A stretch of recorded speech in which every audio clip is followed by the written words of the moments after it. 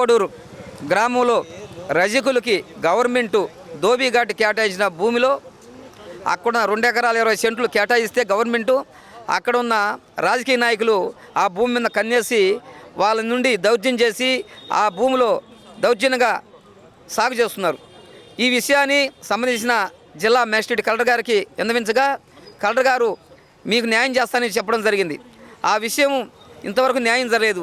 అయినప్పటికీ ఇప్పుడు కూడా మరలా అదే ధోబీఘాట్ కేటాయించిన స్థలంలో వరి నాట్లేసి దౌర్జన్యంగా వాళ్ళు సాగు చేసుకుంటున్నారు. అయితే ఆ గ్రామాన్ని కనిపెట్టుకొని ఉన్నటువంటి రజకులు వాళ్ళకి ధోబీఘాట్కి గుడ్డలు దుక్కునేదానికి ఏర్పాటు చేసిన స్థలాలను కూడా దౌర్జన్యం చేసి ఆక్రమించుకుంటుంటే ఈ రీనో డిపార్ట్మెంట్కి సెలవు లేకుండా పోయింది.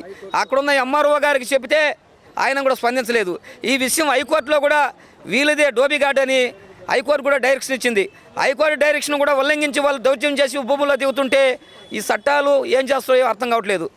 ఇప్పటికైనా స్పందించి భారత రాజ్యాంగ చట్టాలని గౌరవించి ఆ ధోబీఘాటుకి ఆ శాఖల వాళ్ళకి కేటాయించిన భూమిని వాళ్ళ గుడ్డలు దుక్కునేదానికి అవకాశం కల్పించి వాళ్ళకి రక్షణ కల్పించి ఆ స్థలంని వాళ్ళకి కేటాయించమని వాళ్ళు దౌర్జన్యం చేసిన వారి మీద చట్టపరమైన చర్య తీసుకొని వాళ్ళకి న్యాయం చేయాలని మేము డిమాండ్ చేస్తున్నాం.